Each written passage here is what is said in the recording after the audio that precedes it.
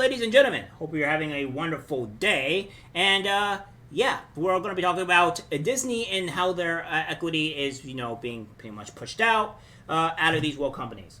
So we have this: is that equity activist outrage at Disney. Netflix for forcing DEI chiefs out.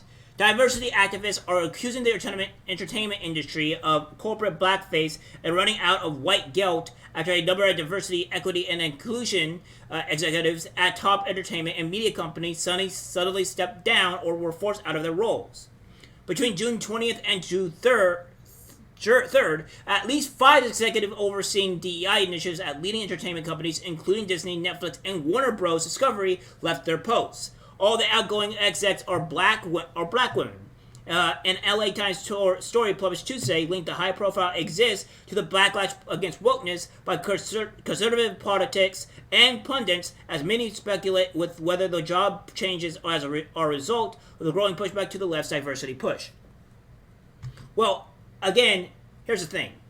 The fact of the matter is that black people are being used as a scapegoat against all these people. And ironically enough, it's always just like the women that are pushing this stuff, because of course the only way they're gonna like succeed at all by be doing this or having to fit their woke agenda is by, obviously they have to be a female, and then the black is just like extra woke points. So yeah, they were all black women because because you guys only wanted black women, right? So I mean, I digress.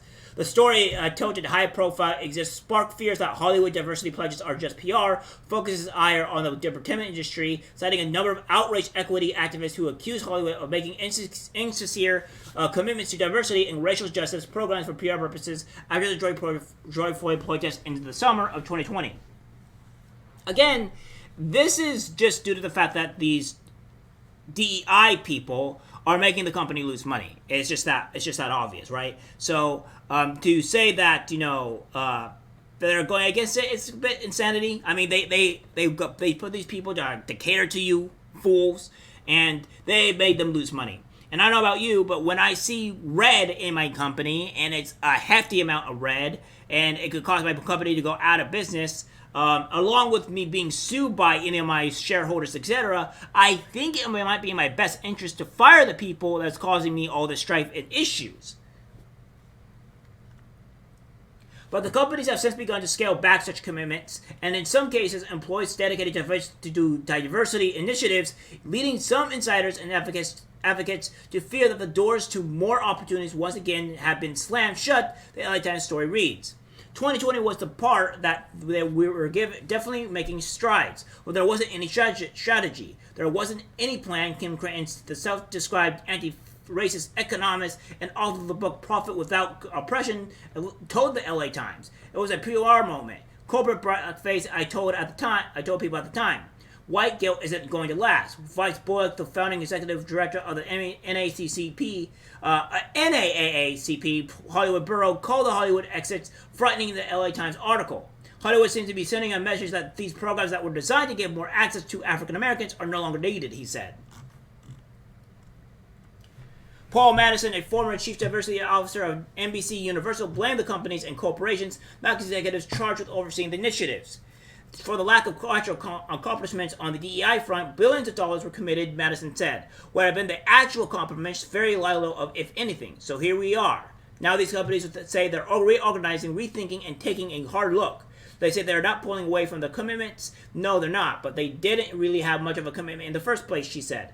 The article states that despite the massive amounts of money and resources allocated for these initiatives, diversity and inclusion chiefs have struggled with burnout after they were unable to transform their organization's culture. The LA Times say Janelle English decided to step away from her job at the Academy of Motion Picture Arts and Sciences, the Oscars, to take time to take charge after struggling to push her initiative forward. Creighton claimed it was because many of the female diversity chiefs were too busy navigating white people's feelings to make significant changes in their roles. If you don't have the autonomy to the resources or the authority to make changes, it won't work. She's told LA Times many of these women spend the majority of their time navigating white people's feelings, and you cannot do the work if you have to do that. Creighton offered a similar skepticism towards DEI positions on Twitter, systems, institutions, and policies that privilege the few at the expense of the many operating as designed. This is why when asked by black women my opinion about DEI roles, I caution them that in most orgs they are performative and expendable, she tweeted. Disney, Netflix, and Warner Bros. Discovery reportedly disagreed with the characterization, saying their commitments to diversity and inclusion are genuine and have not wavered. They point to diverse high-level executives who remain, saying the display of DEI exists were unrelated, nor due to personal circumstances and corporate restructurings. The LA Times retorted. Disney, Netflix, and Warner Bros. Discovery could not be reached for comment. Again, these are just people that are blabbing and yelling about things that are a very small minority, and they're not the majority. So I don't know why companies cater to them either way, but most of the time, as I would say, is that they cater to them because of the mere fact that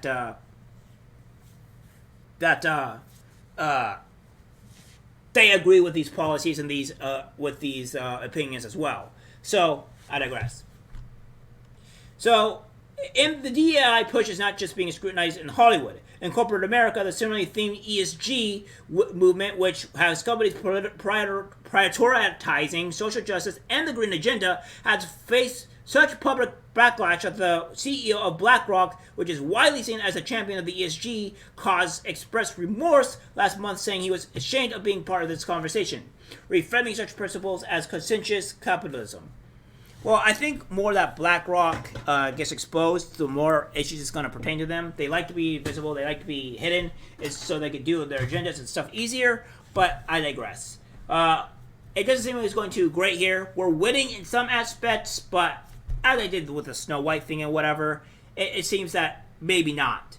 But, of course, again, this was all happening after they made the before they made the movie and stuff like that. So again, these things were already underway before all this thing came out. But the diversity hires is causing these companies to lose money, millions to billions of dollars. So obviously there has to be some type of change, some type of recourse. Otherwise, they're gonna go bankrupt. They will be deemed to fail.